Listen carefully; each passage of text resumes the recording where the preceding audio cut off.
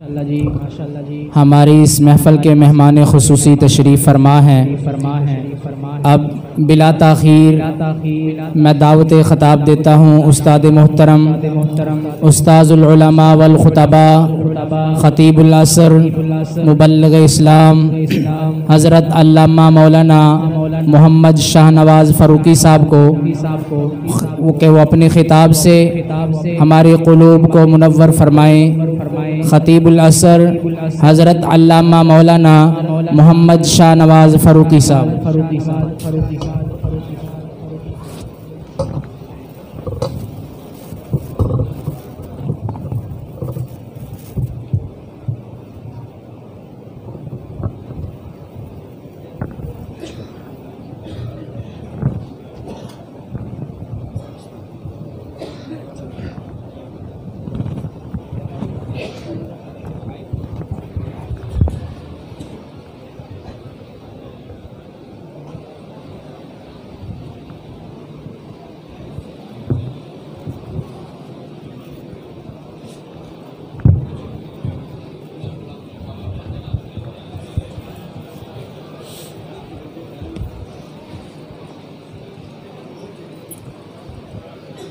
अल्हम्दुलिल्लाह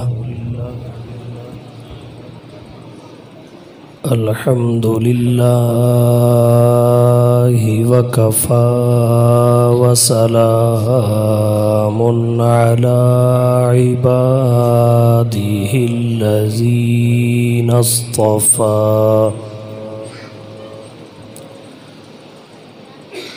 अम्मा बअदु फ़अऊज़ु बिल्लाहि मिनश शैतानिर रजीम।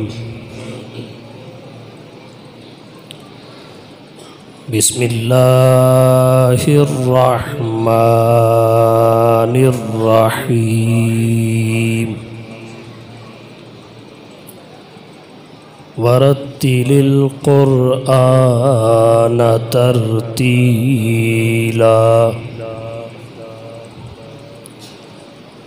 वक़ाल अल्लाहु तआला फ़ी मक़ामिन आख़र। वमा अर्सलना मिर रसूलिन इल्ला लियुताअ बिइज़्निल्लाह।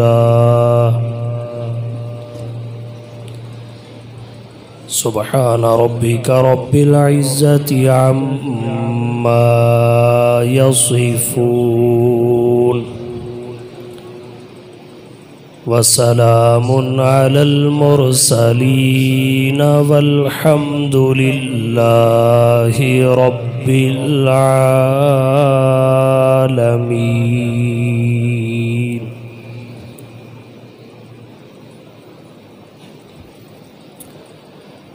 वाजिबुल एहतराम मुअज़्ज़ज़ सामिईन किराम, जामिया मस्जिद रहमान में नमाज तरावीह में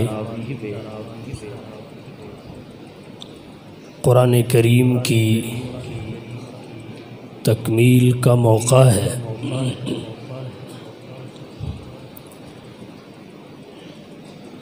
इस मौका पर मौलाना मोहम्मद बिन यामीन साहिब,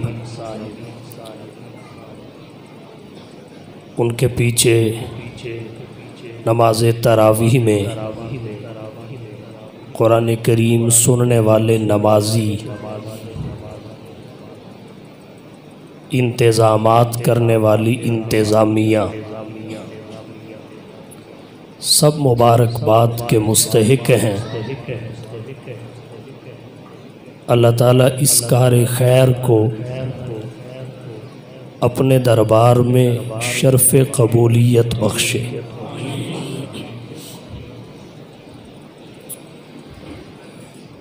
अज़ीज़ भाइयों, कमो बेश 18,000 मखलूक़ात में अफजल और अशरफ मखलूक इंसान है। अल्लाह की सबसे ज़्यादा नेमतें इसी को अता हुई है। अल्लाह फरमाते हैं हुवल्लज़ी खलक़ लकुम मा फिल अर्ज़ि जमीया। वो अल्लाह वो है जिसने तुम्हारे लिए वो सब कुछ बनाया जो ज़मीन में है। अल्लाह ने अपनी अनगिनत नेमतों से इंसान का इकराम किया है। अल्लाह की लातादाद नेमतें बिलाशुबो इंसान को नसीब हुई, मगर सबसे बड़ी नेमतें दो करार पाई, जिनमें एक कुरान है और दूसरी नेमत साहिब कुरान है। सवाल पैदा होता है, कुरान और साहिब कुरान सबसे बड़ी नेमतें क्यों हैं?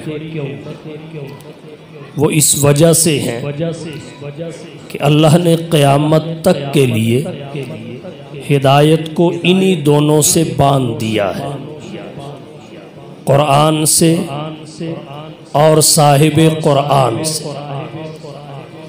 कुरान के अलावा कोई आसमानी किताब महफूज नहीं है, साहिब कुरान के अलावा किसी नबी की तालीमात महफूज नहीं है। किताबों में कुरान महफूज है, नबियों में सीरत साहिब कुरान महफूज है। अब इन्हीं दो से क़यामत तक हिदायत मिलेगी और कोई रास्ता ऑप्शन नहीं है। और हिदायत सबसे कीमती ख़जाना है, जिसे हिदायत मिल गई उसे सब कुछ मिल गया, और जो हिदायत से महरूम रहा, बादशाहत भी हासिल हो गई, उसे कुछ न मिला। अल्लाह ने हिदायत कुरान और साहिब कुरान से जोड़ दी, इसलिए इन जैसी दूसरी कोई नेमत नहीं है। अहले इस्लाम को चाहिए कुरान और साहिब कुरान की कदर पहचाने। कुरान किताबों में अजीम है, साहिब कुरान नबियों में अजीम है। कुरान पर वही रबूबियत ख़त्म है, साहिब कुरान पर सिलसिला नबुव्वत ख़त्म है। कुरान आसमानी किताबों का नासिख है, साहिब कुरान जमी अंबिया के खातिम है। कुरान जुल एजाज है, साहिब कुरान साहिब मेराज है। किताबों में फ़कत कुरान को रहमत करार दिया गया। वनुनज़्ज़िलु मिनल कुरान मा हुवा शिफ़ाउन व रहमतुल लिल मुमिनीन। नबियों में भी फ़कत साहिब कुरान को रहमत करार दिया गया। वमा अरसलनाका इल्ला रहमतल लिल आलमीन। कुरान करीम का एक एक हर्फ महफूज है, साहिब कुरान की एक एक अदा महफूज है।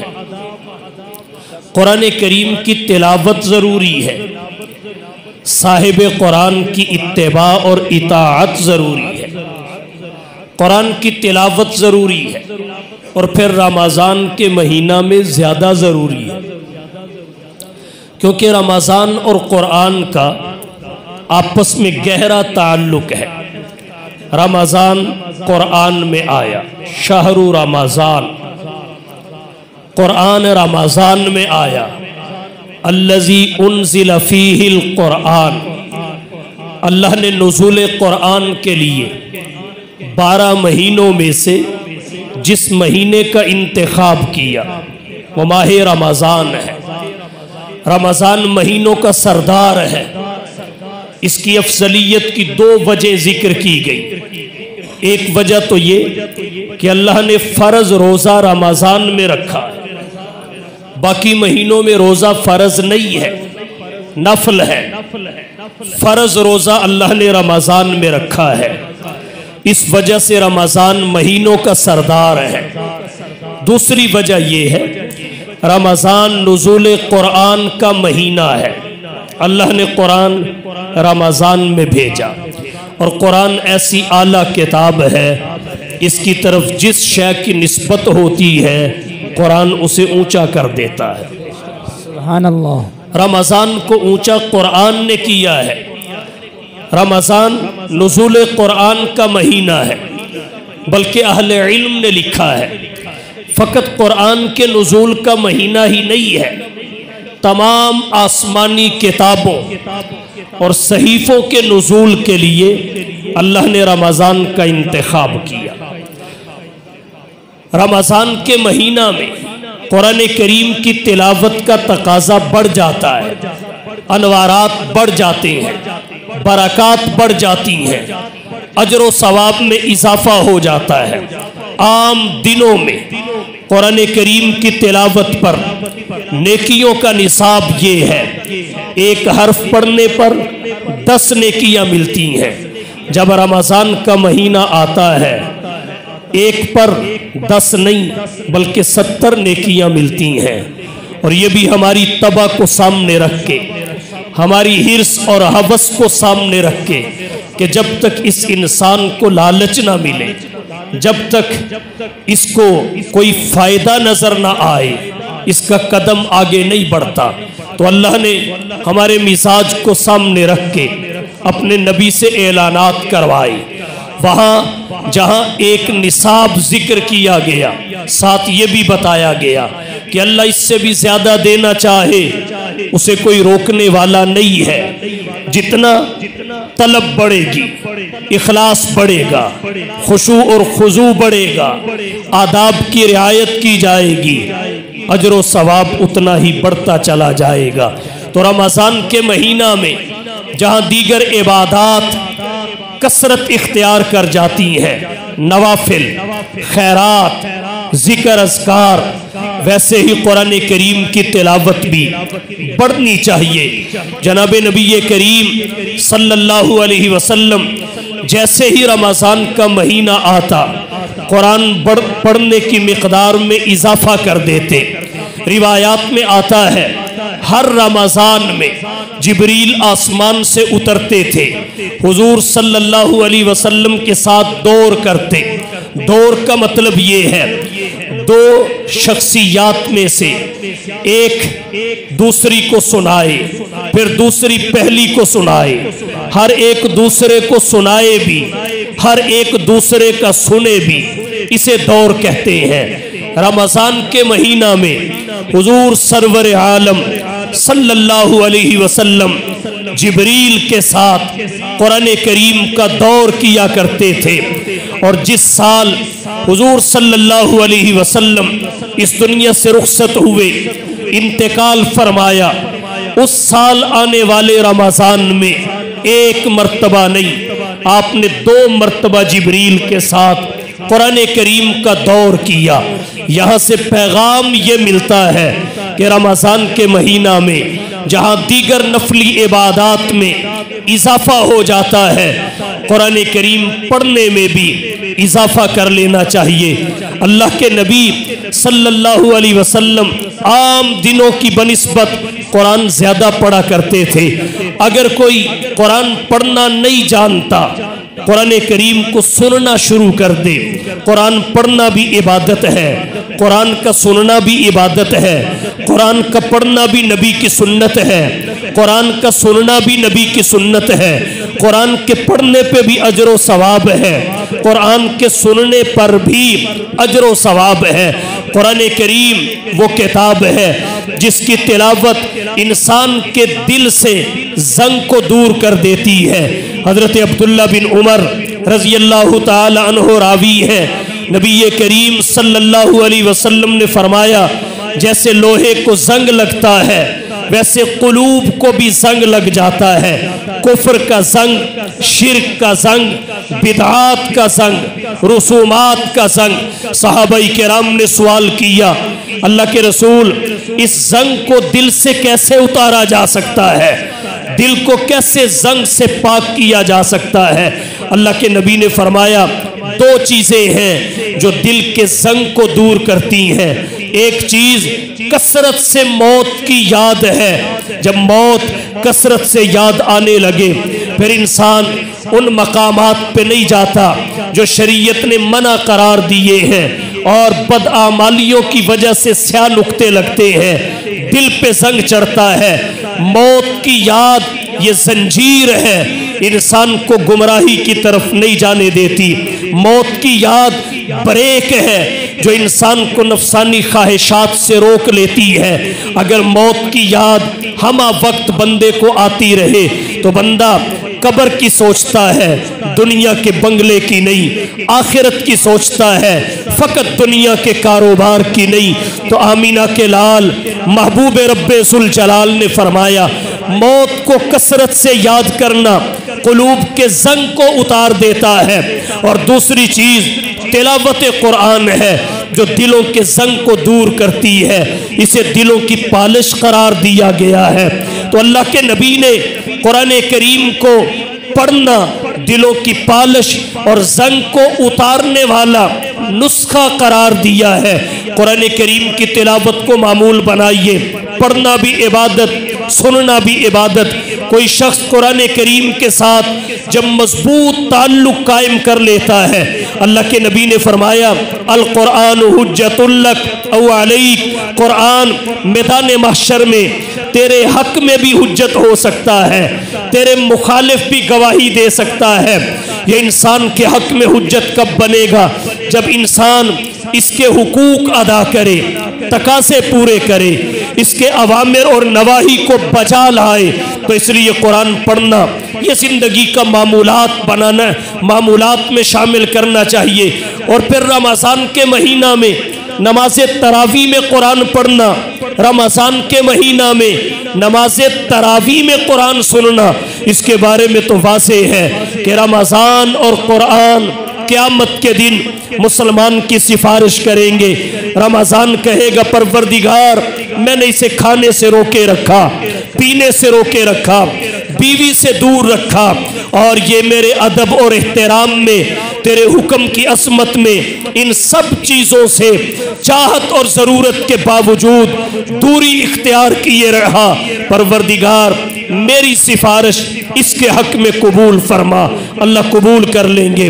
फिर कुरान बोलेगा, परवरदिगार मैंने भी इसे एक वक़्त तक बिस्तर से दूर रखा, ये खड़ा होके मुझे पढ़ता रहा या सुनता रहा। ये रिवायत खास तरावी के बारे में है, पढ़ता रहा या सुनता रहा, मेरी सिफारिश को इसके बारे में कबूल व मंजूर फरमा। रमज़ान और कुरान दो ऐसे सिफारिशी हैं, अल्लाह की अदालत में इनकी सिफारिश मुस्तरद नहीं। सुभान अल्लाह, सुभान अल्लाह। ये जिसके हक में बोल पड़ेंगे अल्लाह उसे बख्श देंगे, ये जिसके हक में बोल पड़ेंगे अल्लाह उसके लिए जन्नत का दरवाज़ा खोल देंगे। इन्हें हक में बुलवाने के लिए हमें भी कुछ करना पड़ेगा। और यहाँ एक बात और कहता हूँ, कुरान गो ख़त्म हो चुका है, नमाज तरावी में कुरान करीम की तकमील हो चुकी है नमाज तरावी में, लेकिन अभी तरावी बाकी है। जब तक ईद का चांद नज़र नहीं आ जाता तरावी उस वक़्त तक पढ़ी जाएगी। ये सुन्नत मुअक्कदा है और इसकी ताकीद ख़त्म कुरान से भी ज़्यादा है।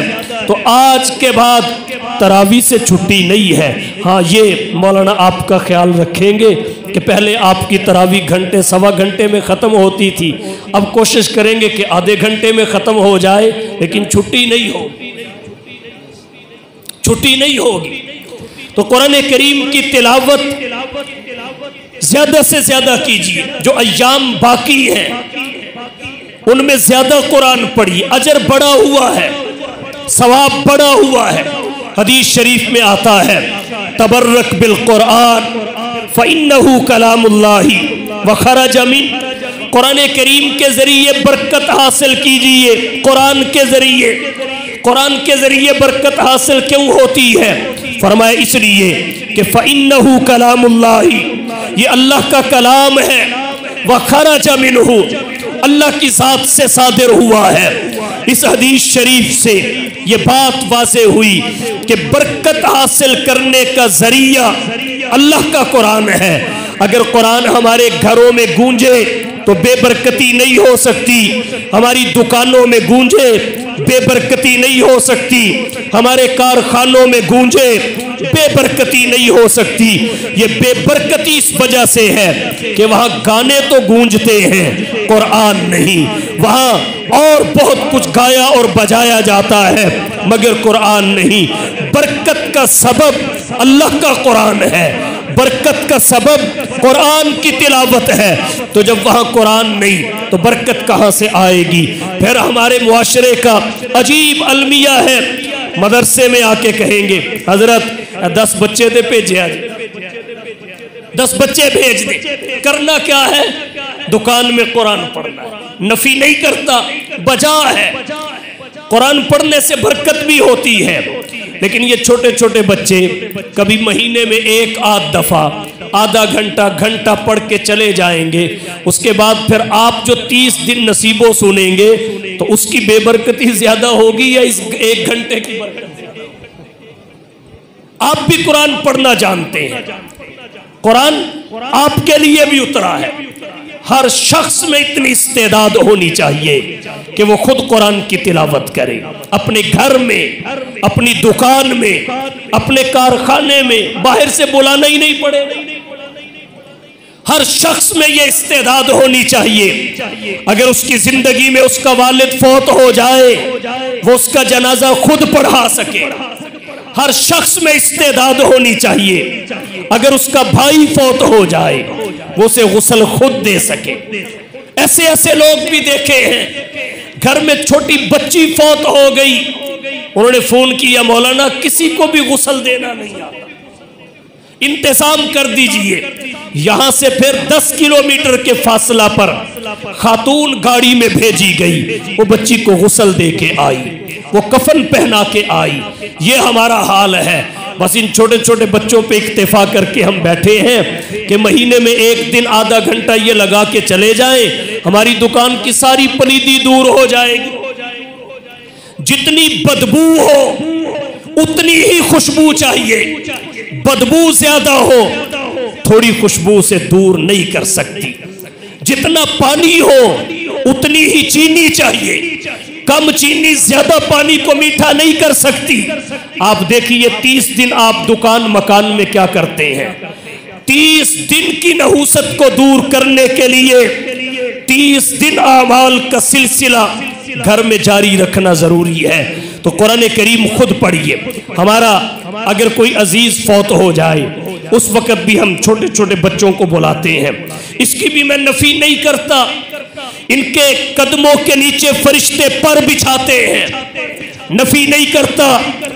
फरिश्ते इनकी मजलिस में सआदत समझ के बैठते हैं, इनकी दुआओं पे आमीन कहते हैं।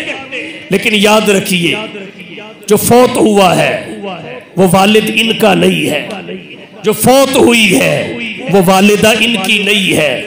इन्होंने रस्मी तौर पे पढ़ के चले जाना है। अगर आप खुद पढ़ सकते हो तो जिस खुशू और खुजू से, जिस फिक्र और तड़प से, जिस दर्द और लहर से, जिस गम और परेशानी से, जिस तवज्जो और इस्तेहजार से अपने वालिद और वालिदा के लिए आप पढ़ सकते हैं, भला कोई और कैसे पढ़ सकता है? लेकिन हम सहूलत पसंदी से काम लेते हैं और दिखलावा हमारे रगो रेशा में सिरायत कर चुका है। तो कुरान करीम के साथ रिश्ता मजबूत कीजिए, ताल्लुक मजबूत कीजिए, इसकी तिलावत को जिंदगी का मामूल बनाए और कुछ नहीं। रोजाना 2 रुकू पढ़े, फिर देखें कि आपके खानदान का कौन सा बुजुर्ग फौत हो चुका है। वालिद दुनिया में नहीं तो बख्श दीजिए वालिद को, आपके सवाब में कमी नहीं आएगी। चचा दुनिया में नहीं, बख्श दीजिए चचा को, आपके सवाब में कमी नहीं आएगी। कोई रिश्तेदार रुखसत हो चुका है, बख्श दीजिए उस रिश्तेदार को, पढ़ने वाले के सवाब में कमी नहीं आएगी। क्योंकि सवाब वो साथ देती है जिसके यहाँ गिनती की कोई हैसियत नहीं है। सवाब वो साथ देती है जिसके खजाने में कोई कमी नहीं है। वो अमल करने वाले को भी उतना ही देती है, जिसके लिए किया जाए उसे भी उतना ही देता है। सुभान अल्लाह। नारे तकबीर, अज़मते कुरान, अज़मते कुरान, नारे तकबीर। मगर आज कुरान करीम से हमारा मुआशरा इस कदर दूर हो चुका है, हमारी जिंदगी के मामूलात से कुरान इस कदर निकल चुका है कि फजर के बाद 2 किलोमीटर दौड़ने के लिए तो वक्त है, रोजाना अखबार पढ़ने के लिए तो वक्त है, रोजाना खबरें सुनने के लिए तो वक्त है, कारोबार के लिए तो वक्त है, बीवी बच्चों के साथ असर के वक्त बैठकर चाय पीने के लिए तो वक्त है, इशा के बाद हुक्के की मजलिस के लिए तो वक्त है, बस में दोस्तों की रौनक के लिए तो वक्त है, गेम और जिम के लिए तो वक्त है। अगर नहीं है तो अल्लाह के कुरान के 2 रुकू की तिलावत के लिए नहीं है। मुझे बताइए ये कौन सा इतना भारी पत्थर है जो हमसे उठाया नहीं जाता। कुरान करीम की तिलावत को जब तक जिंदगी के मामूलात में शामिल नहीं करेंगे हमारी परेशानियां कभी खत्म नहीं हो सकती। मालो दौलत होगा लेकिन दिल को इत्मीनान नहीं मिलेगा, बंगला बहुत बड़ा होगा, कल्ब को राहत और सुकून हासिल नहीं होगा, औलाद बड़ी होगी, फर्मा बरदार नहीं होगी, सब कुछ होगा, सब कुछ होगा, मुलासिम खाएंगे लेकिन ये परहेज कर करके घुट घुट के मर जाएगा। अगर नमक खाएगा तो इसका ब्लड प्रेशर हाई होएगा, चीनी खाएगा तो इसकी शुगर हाई हो जाएगी। अगर अल्लाह के कुरान से रिश्ता मजबूत हो, कुरान करीम बीमारियों से बचा लेता है, रूहानी बीमारियां भी दूर भागती हैं, जिस्मानी बीमारियां भी दूर भागती हैं। कुरान करीम खुद भी पढ़े, अपने बच्चों को पढ़ाएं। ये खुशी की, खुशकिस्मती की बात है कि यहाँ हिफ्स की क्लास शुरू हो गई, हिफ्स की क्लास, इससे फायदा उठाएं, अपने बच्चों को दाखिल कराएं, कुरान का हाफिज बनाएं। अगर पूरी जिंदगी में भी कोई बच्चा कुरान हिफ्स कर जाए उसे आखिरत में वो कुछ मिलेगा कि सारा खानदान मिलकर अपनी सारी जिंदगी मेहनत करता रहे तो उस महल की एक ईंट नहीं कमा सकता जो एक बच्चे के हिफ्स पे अल्लाह अता करता। उस्ताद का एक मोती हासिल नहीं कर सकता, उस्ताद का एक मोती नहीं खरीद सकता जो अल्लाह कुरान करीम के हिफ्स पे पूरा ताज अता कर देते हैं। सुभान अल्लाह। तो कुरान करीम की तिलावत जरूरी है, तिलावत साहिब कुरान की इताअत जरूरी है। हमारे आज के जमाना में हर एक नबी से मोहब्बत का दावा तो करता है, नबी के इश्क का दावा तो करता है, लेकिन जब नजर उसके चेहरे पे जाती है तो उसके इश्क का पोल खुल जाता है कि उसके चेहरे में और खवातीन के चेहरे में फर्क ही कोई नहीं। ये मर्द है वो औरत है, चेहरे दोनों के बराबर। अल्लाह ने सीने दोनों के बराबर नहीं रखे, अल्लाह ने कमर दोनों की बराबर नहीं रखी, शरीयत ने नमाज का तरीका दोनों का बराबर नहीं रखा, और ये अपने आप को खूबसूरत समझता है, औरतों जैसा बना। अमीर शरीयत सैयद अताउल्लाह शाह साहब बुखारी रहमतुल्लाह अलैह के बारे में सुना है, वो किसी जगह तशरीफ फरमाते किसी के घर में, तो शाह साहब रहमतुल्लाह अलैह की दाढ़ी थी, जुल्फें थी, नूरानी चेहरा था, वजी शख्सियत थी। एक बच्चा घर से निकला, उसने शाह साहब को देखा, वो दौड़ के अपने वालिद की झोली में गिर गया। वालिद कलीम शेव था खैर से, वो वालिद की झोली में गिर गया। तो वालिद ने शाह साहब को टिचकर, शाह साहब तुहाडे तो बाल भी डरदे ने। वालिद ने शाह साहब को टिचकर की, शाह जी तुहाडे कोलों बाल भी डरदे ने। वो कहने लगा हाँ डरना चाहिए, बाला नू पता है कि मैं मर्द हाँ। जो मर्द दा रोब सामने आए फिर उन्हें मां समझ के तेरी झोली च सिर रख छड़े। जब उसने मर्द का रोब देखा तो मां समझ के तेरी झोली में सर रख दिया, क्योंकि तू तो मर्द लगता ही नहीं ना। अर्स मैंने ये किया, कुरान करीम से ताल्लुक मजबूत कीजिए, कुरान से साहिब कुरान की इत्तिबा और इताअत कीजिए।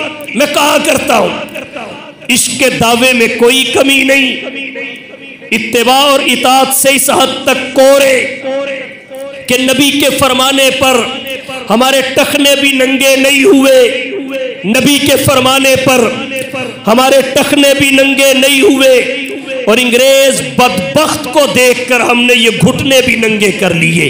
हमारा मुसलमान, हमारा आज का नौजवान माओ बहनों में वो छोटी सी कच्छी पहन के फिरता है जिसे निक्कर कहते हैं, घुटने नंगे हैं। ये सतर है, इसका छुपाना फर्ज है। जब तक ये गोटा नंगा रहेगा तब तक गुनाह लिखने वाले फरिश्ते का कलम हरकत में रहेगा। ये फैशन नहीं है, ये रोशन ख्याली नहीं है, ये फैशन नहीं है, ये जहालत है। ये रोशन ख्याली नहीं है, ये तारीकी है, ये तरक्की नहीं है, ये तनस्सुली है, ये तनस्सुली है, ये बेहयाई है। कितने अलमिये की बात है। नबी कहे तखने नंगे कर लो, ये नौजवान नंगा ना करे। और फिर अंग्रेज को देख के इसकी सारी पिंडलियां नंगी, इसके घुटने भी नंगे।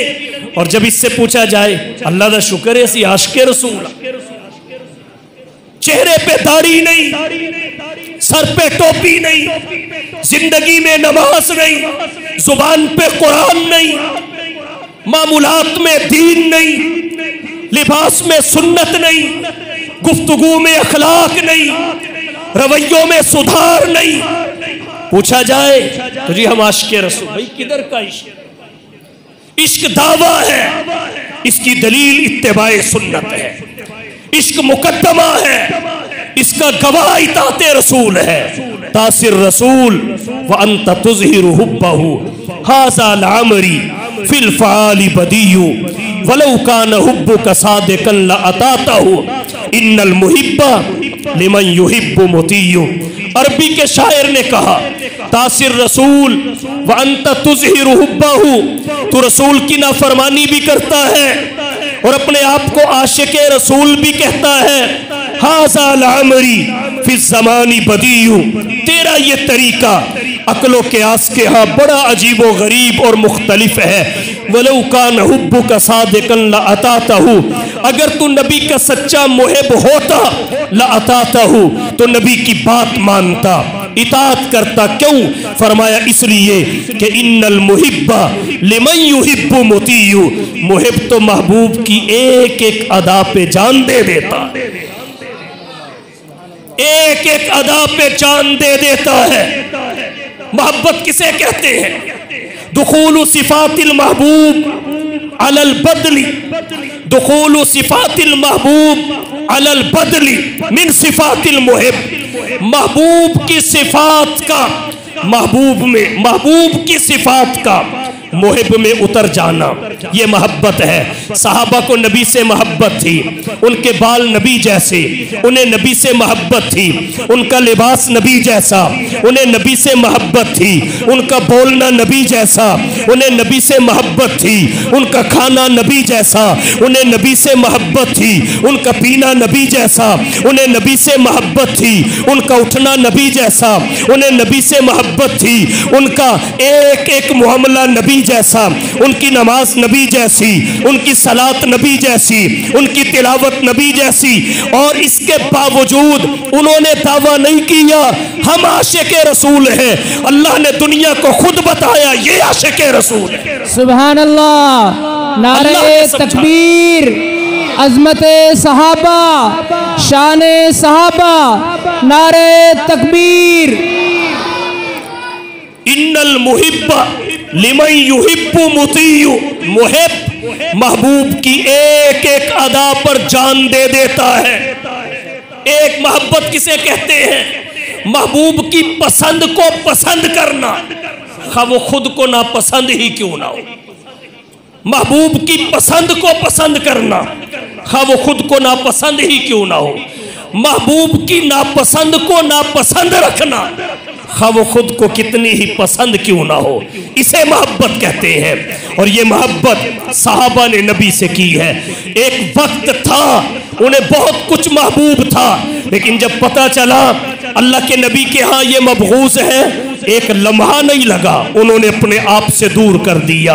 और जब उन्होंने नबी के साथ अमलन मोहब्बत का इजहार किया तो फिर अल्लाह ने कायनात की एक एक चीज़ को खुद उनकी पहचान कराई कि ये मेरे नबी के आशिक हैं, ये मेरे नबी के आशिक हैं। यही बात शायर ने कही कि इन्नल मुहिब्बा लिमन युहिब्बु मुतीयु, मुहिब महबूब की एक एक अदा पर जान दे देता है, जान दे के इजहार मोहब्बत करता है। वैसे भी परवाना वो नहीं होता जो बोल के कहे मैं परवाना हूँ, परवाना बोल के नहीं बताता मैं परवाना हूँ, वो शम्मा पे जल के दिखाता है कि मैं परवाना हूँ। आशिक बोल के नहीं कहता मैं आशिक हूँ, वो नबी की सुन्नत पे चलता जाता है, शरीयत पे अमल करता रहता है, नबी की आदात को अपनाता जाता है, वो अपने काम में लगा होता है, अल्लाह अपना काम करते हैं। कायनात के जर्रे जर्रे को उसकी पहचान करा देते हैं कि ये मेरे पैगंबर का आशिक है, इसका एहतराम किया जाए, ये नबी का मुहिब है, इसकी इज्जत की जाए। डॉक्टर इकबाल ने कहा जो नबी की सीरत को अपनाए सारी कायनात उसकी हो जाती है। उसे कायनात का जर्रा जर्रा पुकार के कहता है कि मोहम्मद से वफा तूने तो हम तेरे हैं, कि मोहम्मद से वफा तूने तो हम तेरे हैं। ये जहां चीज है क्या लोह कलम तेरे हैं। बस इंसान का काम ये है इत्तेबाए रसूल, इताते रसूल। कायनात खुद मोहब्बत करने लगती है, फिर उस आशिक को कायनात का जर्रा जर्रा पहचानता है। तारीख की किताबें उठा के देखिए, हजरत उमर बिन खत्ताब के रुके को नील की रेत और मट्टी ने पहचान लिया। हजरत उमर का पैगाम हवाओं ने पहुंचाया, उनके दुर्रे से जमीन का सलसला रुक गया। उनके कपड़े को देख के मदीना के पहाड़ से निकलने वाली आग बुझ गई। उस्मान बिन अफ़्फ़ान से अर्श के फरिश्तों ने हया किया। हजरत अलीउल मुर्तज़ा रज़ी अल्लाह तआला अन्हु के एक ठोकर के सामने खैबर का किला रेत की दीवार साबित हुआ। जब नबी की सुन्नत अपना ली जाती है, कायनात के दिलों में मोहब्बत उतर जाती है। सहाबाई किराम वफात पा गए, शहादत का जाम पी गए। शहद की मक्खियों ने मरने के बाद भी उनकी जिस्मों और लाशों के पहरे दिए। वो चलते जमीन पे थे, कदमों की आहट जन्नत में सुनाई देती। नारे तकबीर, नारे तकबीर, अज़मते सहाबा, शाने कुरान। किसने बताया जंगल के दरिंदों को?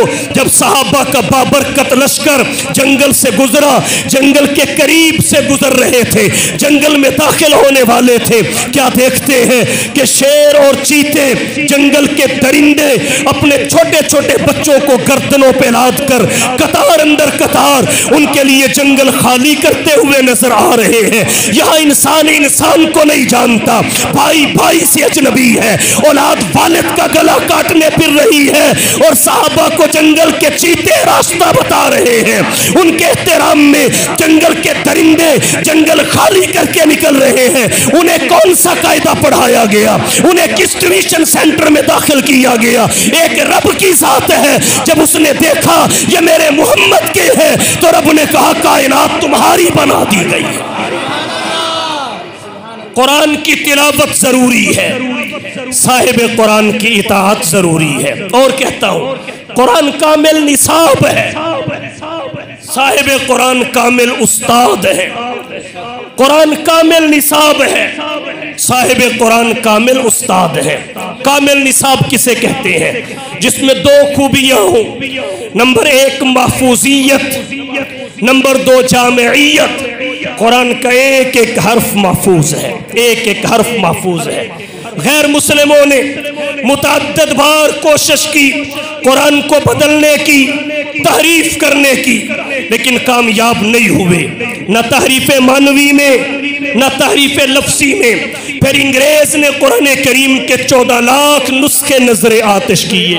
ये छोटे छोटे अबाबील, ये मदरसों के तोलबा, ये बाजारों में निकल आए, 14 लाख नुस्खे नजर आतिश हुए। जब ये बाजारों में निकले तो फिजा कुरान करीम की तिलावत से गूंज उठी। अंग्रेज सर पकड़ के बैठ गया कि इस कुरान की मुखालफत हमारे बस की बात नहीं। कोई गैबी ताकत है जो इसकी पहरेदार है, कोई गैबी कुव्वत है जो इसकी मुहाफिज है। यही वजह है, अगर उनके बस में होता, जिन्होंने मुल्कों के मुल्क उलट पलट के रख दिए, निजाम बदल दिए, मईशत तबाह कर दी, अगर उनके बस में होता कुरान के साथ बहुत कुछ कर चुके होते। लेकिन कुरान के मामला में इस्लाम की दुश्मनी भी है, मुसलमानों से दुश्मनी भी है, मुसलमानों की अदावत भी है।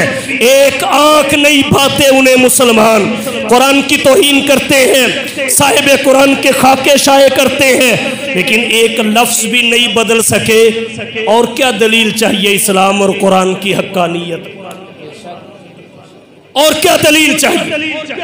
दुनिया का निजाम बदल दिया, सरहदें बदल दी, रकबे बदल दिए, जुगराफिये बदल दिए, लेकिन कुरान की एक जेर जबर भी नहीं बदल। एक जेर जबर भी, आओ बदल के दिखाओ, बदल के दिखाओ। कादियानियों ने बड़ी कोशिश की, उम्मत ने मुस्तरद कर दी। तो कुरान करीम महफूज है क्योंकि कामिल निसाब है।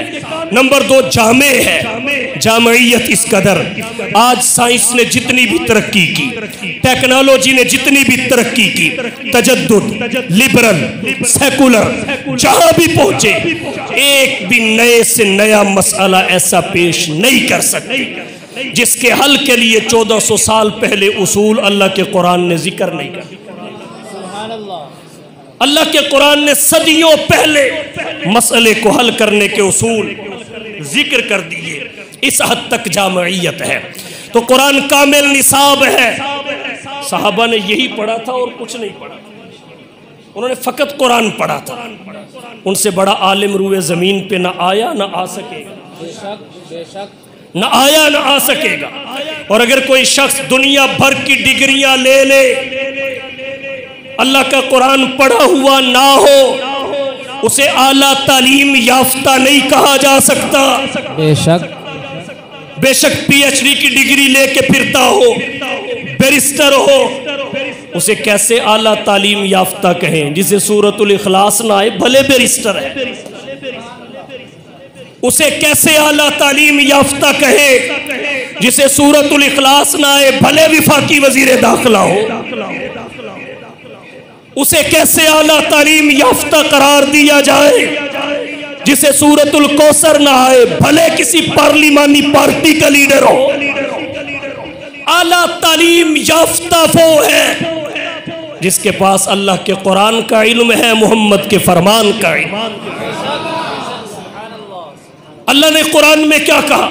वल्लज़ी बाअसा फिल उम्मिय्यीन रसूला, वल्लज़ी बाअसा फिल उम्मिय्यीन रसूला। हुजूर की बेइज्जत का मकसद जिक्र करते हुए फरमाया, वो अल्लाह वो है जिसने उम्मियीन में एक रसूल भेजा।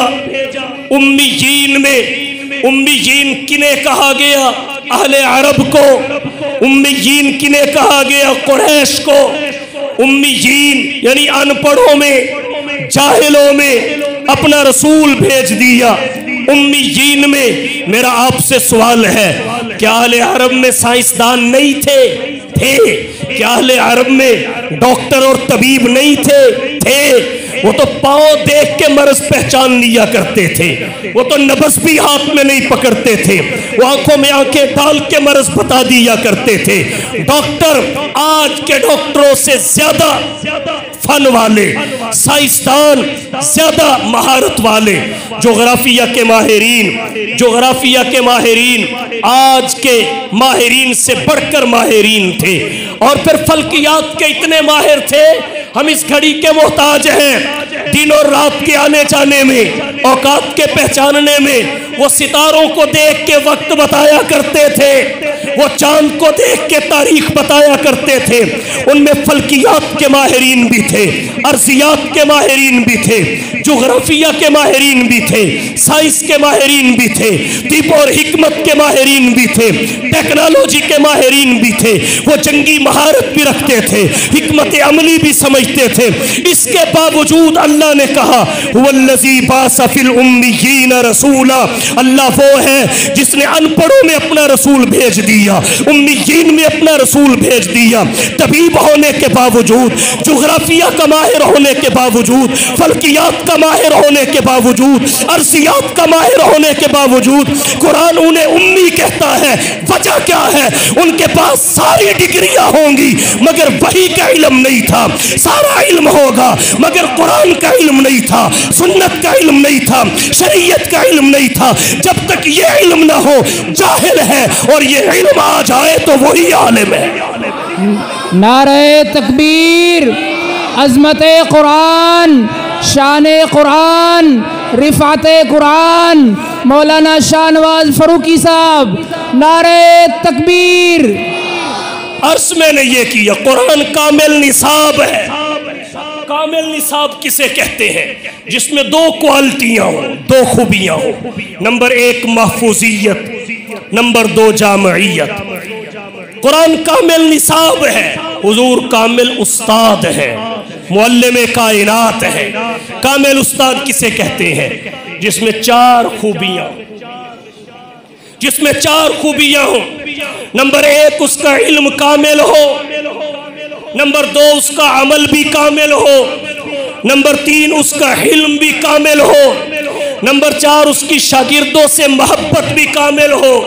और ये चारों खूबियां हुजूर की ज़ाते गिरामी में बतरीके अतम पाई जाती हैं।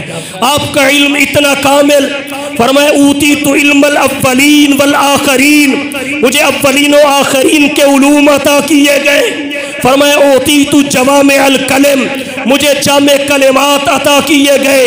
आज दुनिया में जितने इल्म की बातें हैं, बल्कि यूं कहूं आज कुरान करीम की जितनी तफासीर मार्केट में मौजूद हैं, जितनी हदीस की किताबें लिखी गई हैं, ये सिहासित्ता की शुरुआत, ये फुक़हाए अरबा की फ़िक़ा, ये इब्ने तैमिया, इब्ने कय्यम, इब्ने जोज़ी, इब्ने हजर अस्कलानी की तहकीकात, ये सारी की सारी उलूमे नुबुव्वत के समंदर के कतरे का एक छींटा है। मोहम्मद का इल्म इससे बुलंद है। सुभान अल्लाह, सुभान अल्लाह। जो फलसफियों से खुल न सका, जो फलसफियों से खुल न सका और नुक्तावरों से हल न हुआ, वो राज बताया कमली वाले ने चंद एक इशारों। इल्म कामिल, अमल भी कामिल। दुनिया के फलसफर पीछे रह गए, दुनिया के लीडर पीछे रह गए। उनका इल्म और था, अमल और था, उनका कौल और था, फेल और था, उनका काल और था, हाल और था। लाइब्रेरी और थी, लेबॉर्टरी और थी, थ्योरी और थी, प्रैक्टिकल और था। लेकिन हुजूर सबसे आगे निकल गए, इसलिए कि जो आपका इल्म था उस पर 100% अमल था। आपका अमल भी कामिल, फिर आपका हिल्म भी कामिल। हिल्म कहते हैं हौसले को, तहम्मुल को, बर्दाश्त को। हुजूर की बर्दाश्त देखिए, आपकी बर्दाश्त देखिए। एक तो ये कि आप मुअल्लिम कायनात थे, आप दुनिया के सेंटर में आए, दुनिया के वस्त में आए, सारी दुनिया के इंसान आपकी तरफ लपके। अब आप दरमियान में बैठे हुए हैं पढ़ाने के लिए, अतराफ आलम से लोग खींचे आ रहे हैं मुस्तफ़ा के पास पढ़ने के लिए। पढ़ाने वाला एक है, पढ़ने के लिए जो आए वो मुतअद्दद हैं। फिर जैसे वो मुतअद्दद, ऐसे ही उनके मिजाज भी मुख्तलिफ, उनकी तबीयतें भी मुख्तलिफ, उनकी ज़ुबानें भी मुख्तलिफ, उनके इलाके भी मुख्तलिफ, उनकी नफ्सियात भी मुख्तलिफ, उनके शोबे भी मुख्तलिफ, उनके मिजाज भी मुख्तलिफ और उनके अखलाक भी मुख्तलिफ। सब के सब हुजूर के पास आए, हर एतबार से इख्तिलाफ रखने वाले। हुजूर से मुतअद्दद बार सवाल किया गया। अब इसने सवाल किया, थोड़ी देर के बाद वही किसी और ने कर दिया, फिर वही किसी और ने कर दिया। हुजूर ने इसे भी समझाया, उसे भी जवाब दिया, उसे भी जवाब दिया। यहाँ बड़े से बड़ा साबिर 2-4 पर्चियों के बाद पेशानी पे पसीना और उसके होंठ कपकपाने लगते हैं, गुस्से के आसार जाहिर होते हैं, पर्चियां झटक देता है। लेकिन आमीना के लाल महबूब रब्बे सुल जलाल साहिबुल हुस्न वल कमाल जनाब मोहम्मद मुस्तफ़ा अहमद मुज्तबा हबीबे किबरिया फ़ख्रुल अंबिया सय्यदुल वरा शम्सुज़्ज़ुहा बदरुद्दुजा रहबरो रहनुमा ला युमकिनुस सना मकीन गुंबद खजरा बलगल उला कशफत दुजा राहतुल आशिकीन शफीउल मुज़रिबीन रहमतुल लिल आलमीन की बर्दाश्त देखिए। कभी आपने किसी को मजलिस से नहीं उठाया, सवाल पे कभी आपने नापसंदीदगी का इजहार नहीं किया, कभी आपने किसी को नहीं झिड़का, बल्कि आपकी बर्दाश्त का आलम यह था अगर कोई मुस्तफ़ा से बात करता हुजूर पूरा मुतवज्जे होकर उसकी बात सुनते। आपके अखलाक का आलम यह था अगर कोई आपसे मुसाफा करता तो आप उसका हाथ ना छोड़ते, यहाँ तक कि वह खुद मुस्तफ़ा का हाथ छोड़ता। अगर कोई मुस्तफ़ा की मजलिस में आता, मुस्तफ़ा आवाज करते तो एक बात को 3-3 मरतबा कहते ताकि कुंद सहन से कुंद सहन आदमी के भी जहन और दिलो दिमाग में बात उतर जाए। अल्लाह के नबी उनके खाने का इंतजाम करते, उनके पढ़ने का इंतजाम करते, किसी से नाराज ना होते।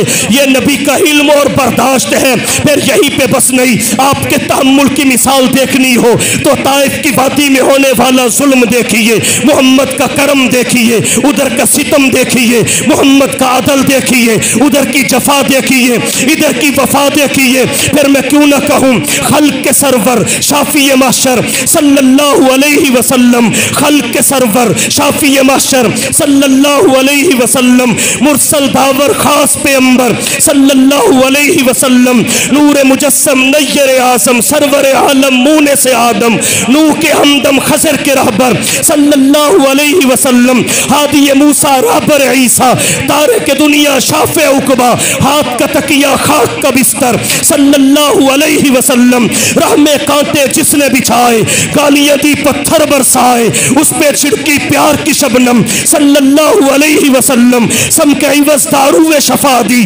तान सुने और नेक दुआ दी, जख्म सहे और बख्शा मरहम सल्लल्लाहु अलैहि वसल्लम, बहरे सखावत काने मरवत आईने रहमत शाफी उम्मत, मालिक जन्नत कासिम कौसर सल्लल्लाहु अलैहि वसल्लम, दौलत दुनिया खाक बराबर, हाथ के खाली दिल के तवंगर, मालिक किश्वर तख्त अफसर सल्लल्लाहु अलैहि वसल्लम। नारे तकबीर, शरे मुस्तफा हजरत उलमा शानुअत फरूकी साहब, नारे तकबीर। आपका इल्म भी कामिल, आपका इल्म भी कामिल, आपका इल्म भी कामिल, अमल भी कामिल, इल्म भी कामिल। शागिर्दों से मोहब्बत कितनी कामिल।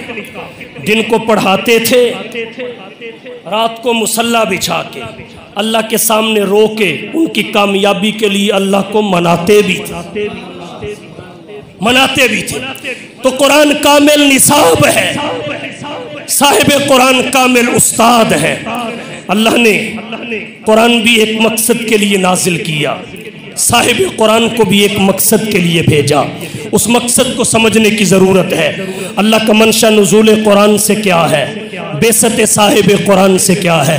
नुज़ूल कुरान से अल्लाह का मंशा हिदायत है, हिदायत हुदल लिन्नास, ये पूरी इंसानी बरादरी के लिए पैगाम हिदायत है, पूरी इंसानी बरादरी के लिए। हम कुरान पढ़े हिदायत हासिल करने की नीयत से।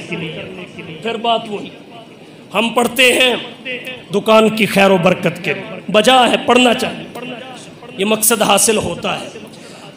दम दुरूद के लिए, जादू टूने के इलाज के लिए, साये के इलाज के लिए, मकसद ये भी जायज़ है, हासिल भी होता है।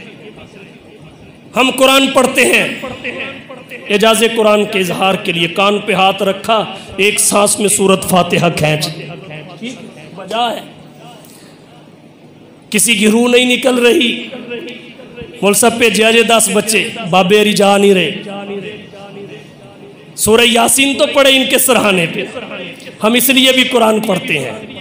कि बुजुर्गों की रूह निकल जाए। सूरत यासीन नूं ते साडे मुआशरे ने बंदे मार सूरत समझा है, किसी की रूह नहीं निकल रही, बुलाओ सूरत यासीन पर। हम कुरान इन मकासद के लिए, ठीक है ये मकासद, लेकिन अल्लाह से भी तो पूछा जाए उसने कुरान किस लिए। अल्लाह कहते हैं मैंने इसलिए भेजा है कि तुम इसकी तालीमात के मुताबिक ज़िंदगी बसर करो, इसकी तालीमात के मुताबिक ज़िंदगी बसर। अब मैं आपसे पूछता हूँ, कितने लोग हैं जो कुरान को कुरान समझने की नीयत से पढ़ते हैं? कितने लोग हैं जो कुरान को इसलिए पढ़ते हैं कि समझकर अपनी जलवत और खलवत को इसकी तालीमात के सांचे में ढाल। कितने कम लोग हैं। समझिए अल्लाह का मंशा क्या है। जिस दिन हम इस ज़ाविये से कुरान पढ़ने लगे, हमारे मसाइल नहीं रहेंगे, हमारे मसाइल नहीं रहेंगे। यही है वो किताबे हक जिसे कुरान कहते हैं, यही है वो किताबे हक जिसे कुरान कहते हैं, जिसे फुरकान कहते हैं, जिसे बुरहान कहते हैं। यही है वो कि जिसका मुंतज़िर सारा ज़माना था, रसूलों की ज़ुबान पर जिसका नगमा था, तराना था। तारुफ ये कराती है खुदावंद तआला का, रसूलों का, क़यामत का, हबीबे हक तआला का। न कुछ तारीफ का खतरा, न खतरा कुछ ख़यानत का, न कुछ तारीफ का खतरा, न खदशा कुछ ख़यानत का। खुदाए पाक खुद ज़ामिन है इसकी हिफाजत का। इसी ने भेद खोला है नबुव्वत का, खिलाफत का। इसी ने राज बतलाया है कौमों की इमामत का। तो नुज़ूल कुरान से अल्लाह का मंशा ये कि इसकी तालीमात के मुताबिक इंसान ज़िंदगी बसर करे। और बेसत साहिब कुरान से मंशा क्या है, हुजूर को क्यों भेजा? इसलिए कि दुनिया आपकी इताअत करे, आपको मुक्तदा माने, पेशवा माने, रहबर और रहनुमा माने। और इसी में हमारी नजात है। गर नक्शे कदम तेरे मिशाल न बने होते, गर नक्शे कदम तेरे मिशाल न बने होते, रहबर भी लुटा होता, रहरऊ भी लुटे होते। इसलिए यही कह के इजाजत ले रहा हूँ। आओ दोस्तों एक काम करें, आओ दोस्तों एक काम करें, उसवे मुस्तफ़ा को आम करें। जिनसे होता है ज़माने में उजाला, उन चरागों का एहतमाम करें। मैं उस घड़ी को देख रहा था, उसकी सुइयाँ रुकी हुई हैं।